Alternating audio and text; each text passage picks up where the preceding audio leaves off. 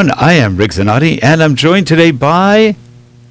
And I'm Geoff Blanchard, and this is the exciting episode of Tech Down Over this week. Here we go.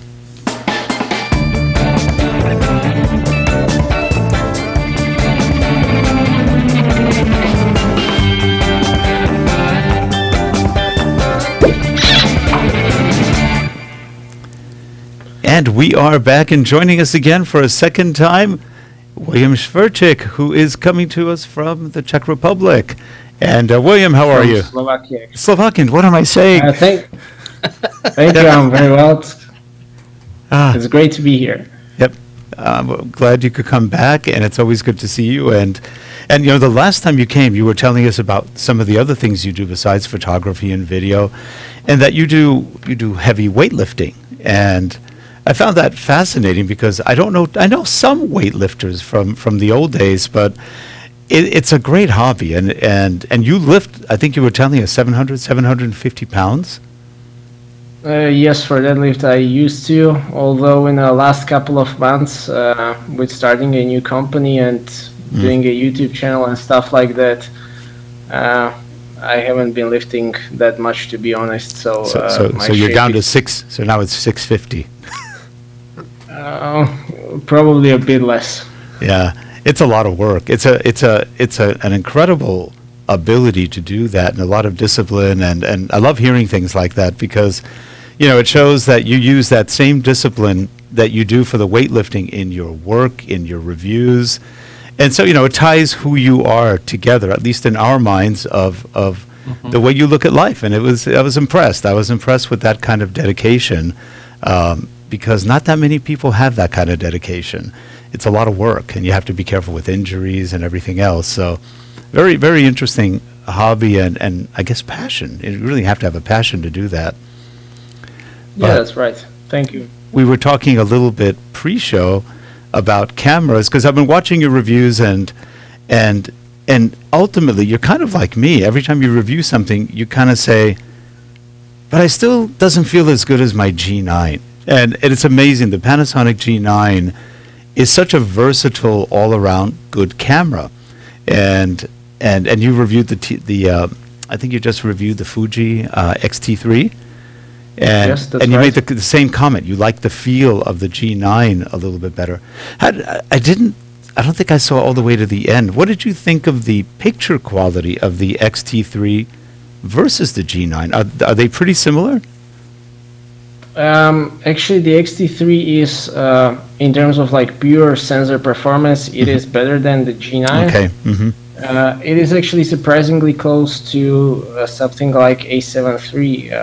Oh, okay. The ISO performance is definitely a step above something like A6500. Okay. Because it is a backside illuminated sensor, so I was actually pleasantly surprised with the sensor performance. Although the G9 is also very good in my opinion, and the in-body image stabilization also helps a lot in a low light, so that kind of compensates for some of the difference. One thing I really liked, I have the XT2, and I'm not crazy about it. It's not my favorite camera. I don't like the controls. I'm not a rangefinder person. Yeah, but the color science on the on Fuji, I would say, is either as good or even maybe better than Canon. They have such beautiful color coming out of the camera. Is same with the XT3? I actually am probably not the biggest fan of color science, because for me it is sometimes too much. It is sometimes oversaturated and not the most realistic look, which is something that I'm going for more than something that is necessarily pleasing to, let's say, a general public. But I definitely did like color science of XT3. Fujifilm is definitely one of the better manufacturers here. But I also like Panasonic's color science lately in these new cameras like the G9, GX9, and GH5. Well, I even found that the G9 was getting close to Canon as well in terms of look and feel. I was surprised at a couple places I went, you know, this looks good. sometimes when I'm looking at the viewfinder or even the LCD, it looks good. But then when I take the pictures out later, I just went, wow, this actually really looks good. And you've also been talking a lot about, and I mentioned this to Geoff, I don't know if he's gotten it yet, Luminar. Luminar is it's a great tool. It's just fun. I really never liked Lightroom all that much. I've used it, not my favorite tool. But when I found Luminar, and actually, let's see, I found it, I think, through you. I think it was through the first time you looked at it, and I went, that looks interesting. And I got it several months ago, and I like it. It's a nice tool. It works really well. And I'm waiting for now, you have a copy of the new version, right, where they're showing where you have the library? Yeah, we don't have that yet. Yes, I don't think I've been testing that for a couple of days, and so far it seems that it works really good. It is very different than with Lightroom. There is no like importing or anything like that. You just copy the files, which is probably a matter of preference, what you prefer. Some people do like the usual import procedure, although here it is quite a bit simpler. Yeah. Geoff, have you tried Luminar yet? No, I was going to say I'm still stuck on Lightroom, but I'm in the process of restoring all my data because my hard drive went kaput. So I'm just restoring it. So I know I'll get all my hard drive back, but all the links to all these things, so I'll have to resync and redo all the Lightroom.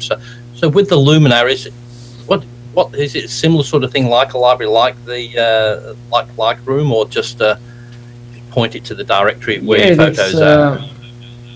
It is similar to Lightroom in a way how you edit the pictures, although there is quite significant implementation of artificial intelligence that can do a lot of work instead of you, and it actually works surprisingly well. I've been really impressed lately. There are some really advanced features like adding, let's say, sun rays or some very cool film simulations and stuff like that. So I do believe that the edit tab, or I think that it's called develop tab in Lightroom, I think that is in Luminar superior to Lightroom, and I generally enjoy editing pictures more in Luminar. Yeah, the Luminar is not an expensive product. No. No, it's $59. I have a discount code. You can find it in the videos. It's I think THS10, and then you can have it for $49, and that is a lifetime license. Yeah, it's a nice product. Be free. And Geoff, it runs on a Mac for you. And I was just going to say, I think it's just about the right time to do that, because now I've got all my photos and I need to start again. Well, also, Geoff, there's another thing. It can act as an add-in into Lightroom. So you could actually put it into Lightroom as an add-on. So now you're really using Luminar to process the photos, but Lightroom to store them. But now, I think in about another 2 weeks or a week and a half, they're releasing the version where it's when? 18th December. 18th, so a little over a week. Yes, Luminar 3 will be available, and that is with libraries. And it will be a free update for those who already have Luminar 2018. Now, William, do you know where they're located, the developers? I think that they are in Kiev, Ukraine. Oh, they are Ukraine. Interesting. You know, it's interesting. The Russians, well, the whole Baltic region, from where you are. They are not really Russians. Yeah. But it's like funny to hear that. No, they never want to say the Russians. But we have friends in both places, and you know, they never. I'm not Russian. I'm not Ukrainian. They never talk about that. But they are very good programmers. That whole area from where you are all the way around that Baltic Sea to Russia and to the Ukraine, they're incredible programmers. Some of the best programmers in the world, I think. And I know some personally, and it's excellent. Very, very good programmers and very logical. Yeah, it's just a pleasure watching the work they do, because it is good. I'm an old programmer, so I remember my programming days, and they have rigor. They have very good engineering rigor, which is important if you're going to be a good programmer. You can't just put out garbage, and they don't. And the price is always good. It's never that expensive. So, yeah, Luminar is fun, Geoff. I think if you get into it, you'll love it. There are some things. Those AI filters are incredible. You want to make your clouds look better. You just move a little, just one, and one slider, and it's perfect. It's really pretty neat. That's what I'm looking for. Is I like those things like Lightroom and that are not like Photoshop. I don't want to distort and fool people. I just want to change it just slightly to make it look better. And like William said, he was saying about the saturated colors, and a lot of people, it seems people want the brighter the better, but sometimes I like it to be natural and not always nice as vibrant as sometimes it comes straight out of the camera as. Well, something like that. Jeff, you never want to buy a Samsung phone. Oh, they do. They so oversaturate everything. It's like you take a picture and then you look at it and go, where did I take this? It's totally different colors. They are the kings of oversaturation. It's sort of interesting. I don't mind it. But I said, plus I've noticed with Samsung phones, you're the world's best photographer and you've got the best ever pictures on your Samsung phone, but as soon as you put it onto a proper screen, it doesn't. It looks quite different. That's probably true with every smartphone. Yep. Yeah, that's right. It is. It is. You put like for the smartphone screen, basically everything is okay, but when you print it or put it on a proper screen, then you see the real difference between a real camera and a smartphone camera. Now, William, I'm waiting. There are some already, but they're so expensive. OLED, OLED monitors. There are some available. Dell has one. I think it's something like $8,000 or $10,000 for a 25 or 27 inch. They're super expensive, but they look beautiful. It's like your TV, Geoff. They look like your TV. Geoff has one of the LG OLED displays, and they're beautiful.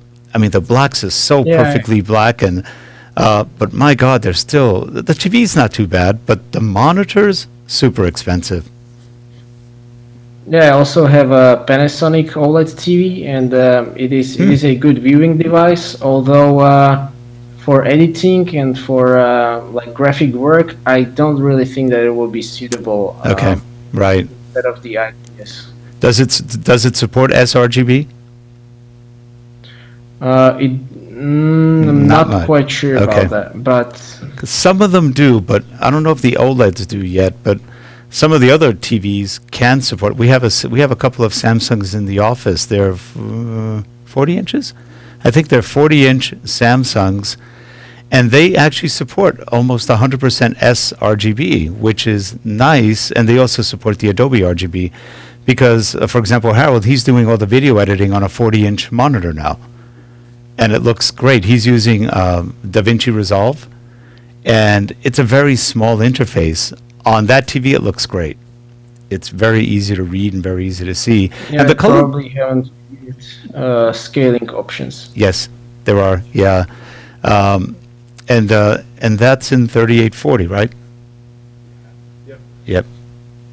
Harold's here. You can hear Harold, I think.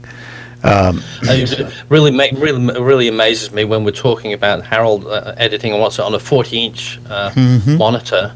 And I remember when I was working on, I got a 26-inch monitor, computer monitor. That people thought it was ridiculous. I had this huge monitor there.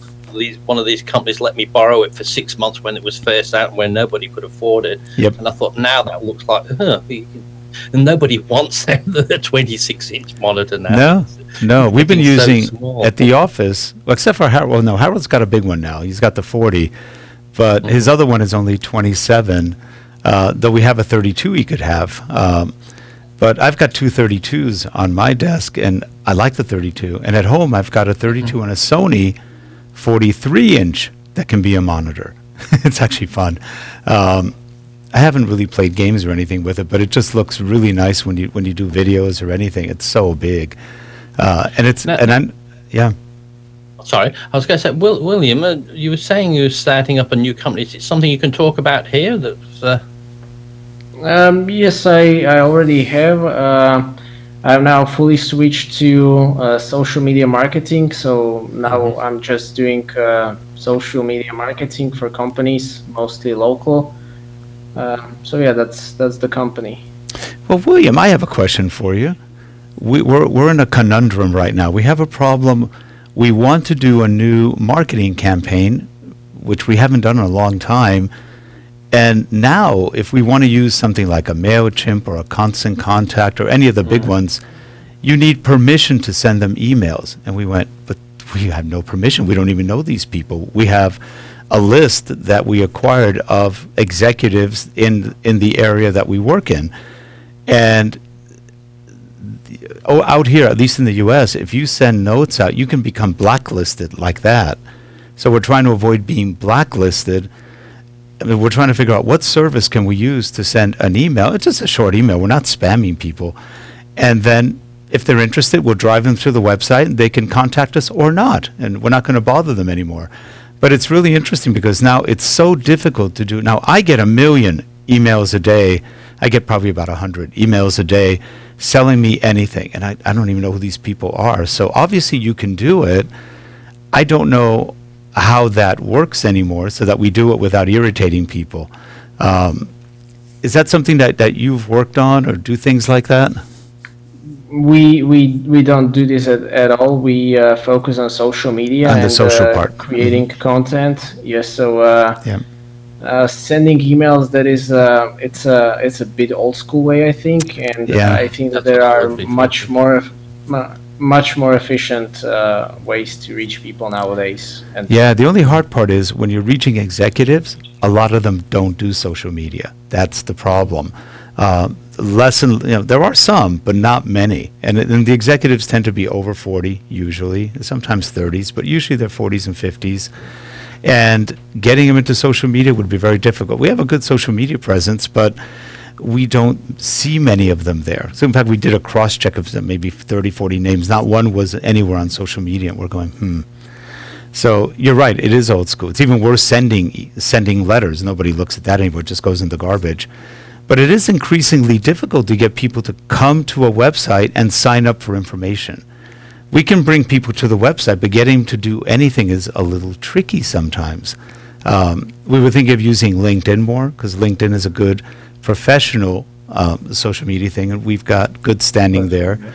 But it is interesting. It is changing. What would you recommend? Like you said, it's an older school. What would you recommend as a newer school? Well, actually, Facebook has, I think, pretty good tools for making people sign up to like I'm not sure what it is called in English. Like newsletter or something like that. Yes. And you can actually also target the people really well, especially if you use like tracking cookies and things like that. Yeah. So for targeting specific group, I think that Facebook ads are still the best out there. Interesting. That's a good point. I didn't think of Facebook. We're on Facebook and we do Facebook often, but we hadn't thought about using it as a way to get clients per se. So that's fascinating. And also pretty cheap. And also, Rick, as well, as I said, I agree with William about the email thing. I get tons, and like you get tons. Yes. Can you tell me one of the ones that you've read in the past month? None. Like you get everything. Sometimes I'll look, but not many. Not many. And then, as I said, all I do every day, because you're busy at work and you look for things. No, add. And like you said, the executive might not have any way to get there, but they're not the ones who you need. It's the underlings that will go to the executive and say, "Hey, I've seen this on Facebook." Right. I think like William's correct. Like and when I'm looking anywhere on Facebook, you see, and they're very good at that by popping up little ads of something that you're interested in. And I don't know how, but as I said, they tailor it to your likes a lot. So as I said, it's changing. People are paying a fortune these days for traditional media, but where William's working, it's a great area to be in that social media, whether you like it or not. Some people say, "Oh, rubbish social." Yeah, you might say that, but it's with us, and you've got to enhance it, or else I think you're dead in the water these days. Because traditional TV, radio, and that it's not working these days. It's not what it was. No, it's very, very different. Instagram and all that. So William's, a great business to be in that, because there's not too many people there doing a great job at it, to helping companies, I don't think. So that's a good place to go, William. Yeah, well, there are, I think, 2 companies, including mine, in the country. So, yeah, like if you know what you're doing, then it's a good industry, in my opinion. And also, if you've got something like Rick was saying, the executive that doesn't know how to do social media, that's better, because they'll hand you the keys to say, you do it for us, and that's what a lot of people. Yes, although it is like one of the most challenging things about this business is just explaining what can you do, because if you come to something and tell them what you're doing, they're like, I have no idea, I don't know what you're talking about. Like when I ask what is the budget, they say like suggest the budget, so you will never get any like clear instructions.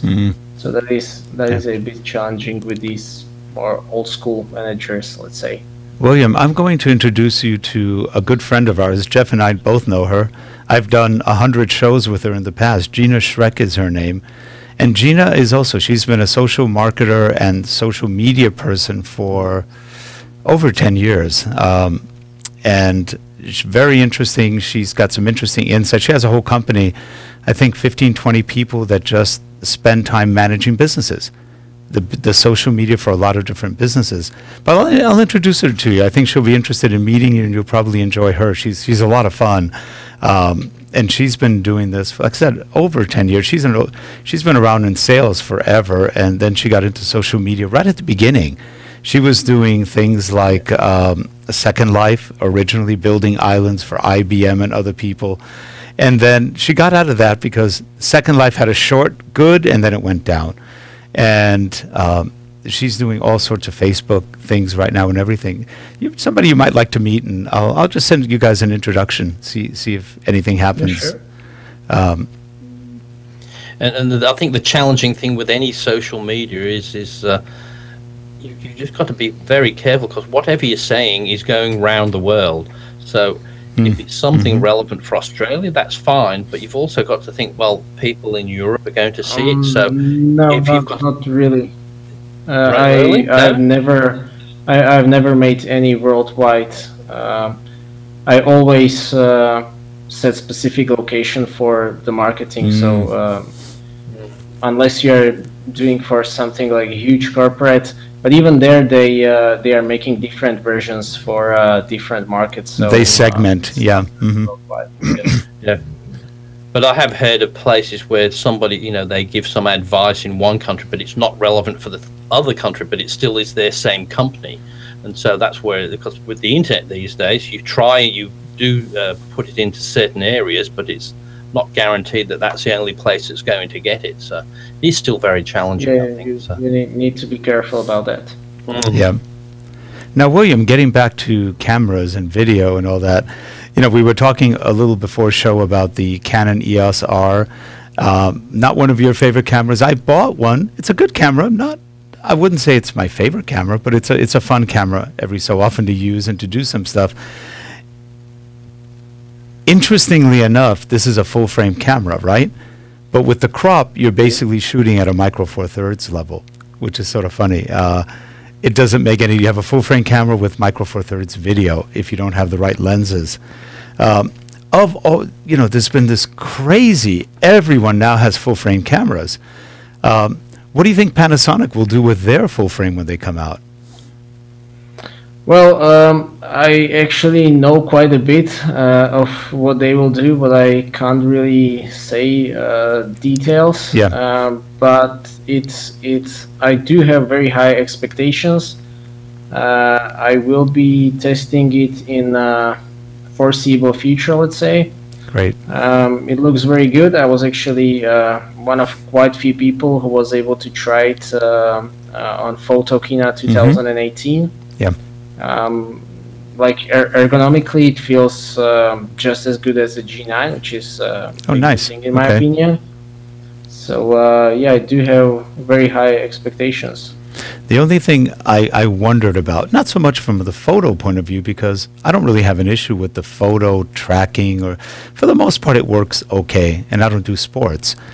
But I was surprised they didn't want to do a hybrid focusing system. They strictly are staying with the depth by defocus, and it's interesting that they're doing that. Now, it's gotten a lot better. What do you think of the third version of the firmware that they just came out with for the, it's been about a month or two, month and a half? Yeah. I think it's improved a little bit. Yes, it definitely has. Yeah, I think that the tracking, especially for still shooting of quickly moving subjects, it is. I would say that it's definitely usable. Yeah. Like the difference between using Sony autofocus and Panasonic autofocus for me is mainly that with Panasonic you need to know how it works. Sony is probably a bit more foolproof, but if you know what you're doing with Panasonic, you can also get very good results, and they have actually clever philosophy about their autofocus and how they are improving it. I also have explained that in my video from PhotoKNX, because the phase detection is quite basic. It's pretty simple technology that works really well. It's definitely the best thing that has been here so far. But if the contrast-based autofocus can have better orientation, like in the space, so it is aware of where are the objects positioned within the frame, and what is the distance from the camera, it can do much better job of tracking and also anticipating what will happen. So like. With the increase of processing power and the improvements of the algorithm, it can actually surpass any other type of autofocus if it works and if they'll be able to implement it correctly. Now, it's interesting, on the Canon EOS R, even though it's dual pixel autofocus, I found it's not as accurate as it used to be. So I'm kind of shaking my head going, what did they do?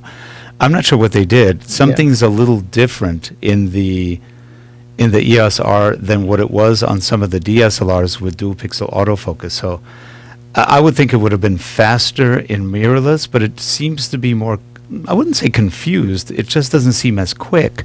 Did you encounter any of that when you were doing your testing? I unfortunately only had a very brief time with the EOS R, and the autofocus actually seemed okay, although I haven't done any extensive testing. Okay, and this is on video. It wasn't on photos were fine. It was on video that I've noticed in a couple of cases. Yeah, I've only tested in stills. Yep. Yeah. It's interesting. It's going to be interesting what happens with it. Now, since the last time we saw you, Geoff now is the proud owner of a GH5. Frederick, you must have read my mind. I was just going to say, William, since the last time we spoke, I bought myself a GH5, and I was just going to say, I must be operating it totally wrong because I haven't had a problem with the autofocus yet. So I must be doing something wrong because I can't be using it correctly because everybody else seems to have issues. But I personally quite like it, and there are times when you have trouble, but no, it would be trouble with anything. The camera's a camera. It doesn't know exactly what you want to focus on sometimes, so you do have to jump in there. But generally, I've been very, very happy with that. So. Yeah, I'm also quite happy with Panasonic autofocus. Certainly not perfect yet, but with the improvements, and especially if they will be able to keep up the improvements, I don't know, like in 1 or 2 years, it may surpass other types of autofocus, or maybe not 1 or 2 years, but if they will keep up, then yeah, it's possible in my opinion. I'm actually glad that they have decided to stay with contrast based and develop this technology. It will be interesting. It will be, and it's also a point of difference. If they've all got the same things, well, you might as well get the other one if they've all got the same things there. So. Now, I was a little puppy's on the move. Now, I was a little surprised that they decided to do the Leica E-mount. Oh, what is it? E-mount? I think it is, or L-mount. L-mount. L-mount. Yes. I was actually surprised that they did that with Sigma. So we've got Sigma, Leica. It's an interesting combination. I've never been a fan of big companies all agreeing to cooperate, because sometimes they do, but in years they don't. And they fall out. They fall out. So I'm curious, strategy-wise, I don't know if that was the best bet, because Leica's not the most loved camera out there, except among some very fussy people, very fanatical people love Leicas. And it's just not popular like it. It's too expensive and very not as popular with a lot of professionals like it used to be maybe 30 years ago. So it's interesting. I'm just curious where that goes. Sigma's good. I like the Sigma lenses. I have a lot of Sigma lenses for Canon with the Canon mount, and they're fine. I haven't had any issues with them. But it is interesting. They're very heavy. They're big. It's like having a Canon lens many times. So it's an interesting approach that they're taking. And they do use Leica Panasonic lenses, but they're really they're Leica designs. They're not really Leica lenses. Just the design is Leica, but they build them either in China or Japan, and it's a little different. All lenses in Japan. Yes. Yeah, and the small ones in Japan. Well, in my opinion, it was definitely a good decision. It may not only be about the camera that Leica is making, but it is also about the technology they own, the patents and stuff like that. And also Sigma is, in my opinion, one of the best optics designer at the moment. They are also designing lenses for other brands. And yeah, I think that these are one of the best lenses on the market, like their 85mm f1.4 and 135mm f1.4. Those are some of the sharpest lenses in the world, basically. Yeah, I like Sigma. I've got I think 3 or 4 Sigma lenses. Every one of them is good. I have the 50mm Sigma, which I love. That lens is just sharp and clean. If I put it against like a Canon 50, it's just, there's not much of a comparison. I haven't tried the R lenses yet, but the 50L, and it's okay. It doesn't look anywhere near as nice as the Sigma. They're good. They're good lenses. One of my favorite lenses, we talked about this one I think last time, is the Nocticron, the 42.5 Panasonic Nocticron. It's a beautiful lens. 1.2. It's great. It's just a very clean lens. You've done work with that one, right? Only briefly, but it wasn't featured on the channel yet. But I do intend to make a review of that one in the future when the weather gets a bit better in this part of the world. Did you like it? I did, although I haven't spent much time with it. Yeah, it's interesting. It's not perfect, but it's a really nice lens, and it does eat light. It loves light, so that's a good thing. Geoff? I was just going to say, I've always wanted a full-frame camera, and I've been looking, say, at the Sony A7R Mark III, but what I think I'll wait for see what the Panasonic turns out, because I really do like the Panasonic, the way all the dials and all the menus go. So I think the Panasonic one's going. I'm hoping it becomes better than the A7R III, but we'll soon see anyway. So, and now I know I've got William on the case doing the review. So when he's done it and when it comes out, I can really trust the review I'm getting. Yeah, so I'm really looking forward to that. Should be one of the first people to test it. That'll be fun. I'm not sure if I can say the date. No, you probably can't. Probably best. Probably not. Yeah. Wouldn't want to leak something on a live show. No, we don't want you to get in trouble. Did you say April? No, I'm just kidding. No, I mean the date of testing. There is a date of testing, although I don't know where it will be released. No, it'll be fun. Rumor has it's going to be probably first quarter, end of first quarter, maybe. I don't know. They may wait for something else, but I'm not sure what. I mean, I don't think they'll wait for NAB or anything like that. That's not really a photo show per se. it'll be interesting. It'll be interesting what happens with it. Well, William, we started early, so we're going to try to finish early so that you can get on with your... We've still been late. It's still over half an hour. We're still a little bit late. Yep. We've gone over. Yeah, that's true. But William, thanks so much for coming on again. We look forward to seeing you again another time. Anytime you want to come on, just let us know. And much luck and good success with your new business. I think that's going to be great. And I'll introduce you to our friend Gina, because you might enjoy her. And Geoff? Yep, and thank you again, William, for coming on. And like I said, I'll be watching your channel, waiting for that review coming, and all the other reviews you keep posting on there. Keep up the good work. Thank you. Yeah, thank you very much. It was great to be here. Thanks. Okay. And William, we'll see you next time, and enjoy the cold weather. Yeah, I sure will. Yep. Take care. If you're watching the show, please subscribe, give us your feedback, and we will have notes below on how to get a hold of William and his websites. Take care, everyone. Bye-bye. Bye for now. Bye.